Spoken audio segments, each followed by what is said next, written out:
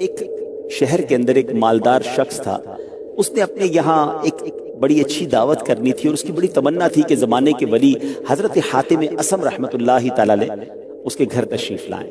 اس نے جا کے حضرت حاتم اصم کو اپنے گھر دعوت دی کہ حضور آپ کرم فرمائیں اور میرے گھر تشریف لائیں۔ تو حضرت نے پہلے تو انکار کیا، اس نے کافی ضد کی، تو کہا کہ ٹھیک ہے میں اگر آؤں گا تو میری 3 شرطیں ہوں گی۔ کہا حضور وہ شرطیں کیا ہوں؟ پہلی شرط تو یہ ہوگی کہ میں جہاں چاہوں گا وہاں بیٹھوں۔ عرض کی حضور دوسری شرط یہ ہوگی کہ جو چاہوں گا وہ کھاؤں گا، اور تیسری شرط یہ ہوگی کہ جو کہوں گا وہ کرنا ہوگا۔ تو بہرحال دعوت کا وقت ہوا، شہر والوں کو دعوت دے دی گئی کہ زمانے کے ولی میرے گھر آ رہے ہیں۔ اب کمال یہ ہوا کہ جب حضرت سیدنا حاتم اصم رحمۃ اللہ تعالی گھر تشریف لائے تو جہاں لوگ اندر موجود تھے باہر چپل پڑے ہوئے تھے، تو انہوں نے جا کر وہیں وہ تشریف فرما ہو گئے، چپل کے پاس ہی بیٹھ گئے۔ کہا حضرت آپ کے لیے دعوت سجائی ہے، سارے مہمان آپ کا دیدار کرنے آئے ہیں، اندر آپ کے لیے بیٹھنے کا انتظام بھی ہے۔ فرمایا میں نے کہا تھا کہ جہاں چاہوں گا وہاں بیٹھوں گا۔ اب کھانے کا وقت ہوا، کہا حضور اندر چلیے، طرح طرح کے کھانے موجود ہیں، جو پسند فرمائے وہ کھائیے گا۔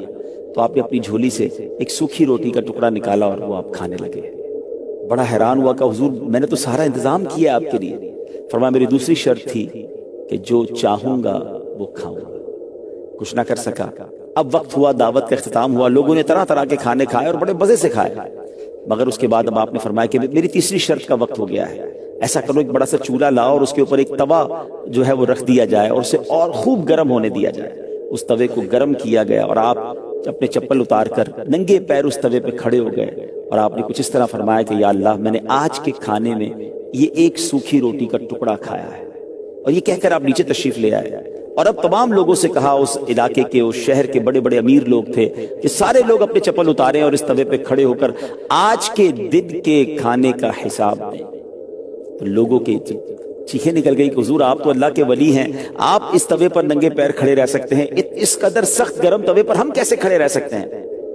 تو پھر آپ نے جو چند منٹ یہ چند جملوں میں جو بیان فرمایا وہ بڑا جس کو کہیں کہ دل ہلا دینے والا اور سبق آموز تھا، کہ آپ نے فرمایا کہ اے لوگوں آج ایک وقت کے کھانے کا حساب تم اس توے پر کھڑے ہو کر نہیں دے سکتے، کل بروز قیامت تمہارے پاس وہ کون سی کرامت آ جائے گی جب سورج 1.25 میل پر ہوگا، زمین تانبے کی ہوگی، اور اس پر کھڑے ہو کر تمہیں ایک وقت کے کھانے کا نہیں بلکہ پوری زندگی کا حساب دینا ہوگا، ساری زندگی کے اعمال کا حساب دینا ہوگا۔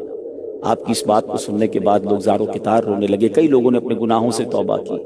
تو میرے پیارے اسلامی بھائیوں، اللہ والے ان کا انداز کیسا ہوتا تھا اور کس قدر سبق آموز وہ بات کیا کرتے تھے۔ اگر آج بھی ہم بھی سوچیں تو زندگی میں اس قدر مگن ہیں کہ ایسا لگتا ہے اپنی آخرت کو ہم بھلا بیٹھے ہیں۔ ہم شاید یہ سوچنا چھوڑ دیا ہے کہ دنیا میں تو ہم اپنے اکاؤنٹس کا حساب کرتے ہیں، کچھ لوگوں کی جون جولائی میں کلوزنگ ہوتی ہے وہ اس میں بیزی نظر آتے ہیں، کچھ کی دسمبر میں کلوزنگ ہوتی ہے تو وہ اس میں اپنے حساب کتاب میں بیزی نظر آتے ہیں کہ سال بھر کا حساب دینا ہے، ٹیکس کا حساب دینا ہے، اسٹاک کا حساب دینا ہے۔ مگر کبھی اکیلے میں بیٹھ کے یہ سوچا کہ ہم سب کو مرنے کے بعد اپنی پوری زندگی کا بھی کہیں حساب دینا ہے۔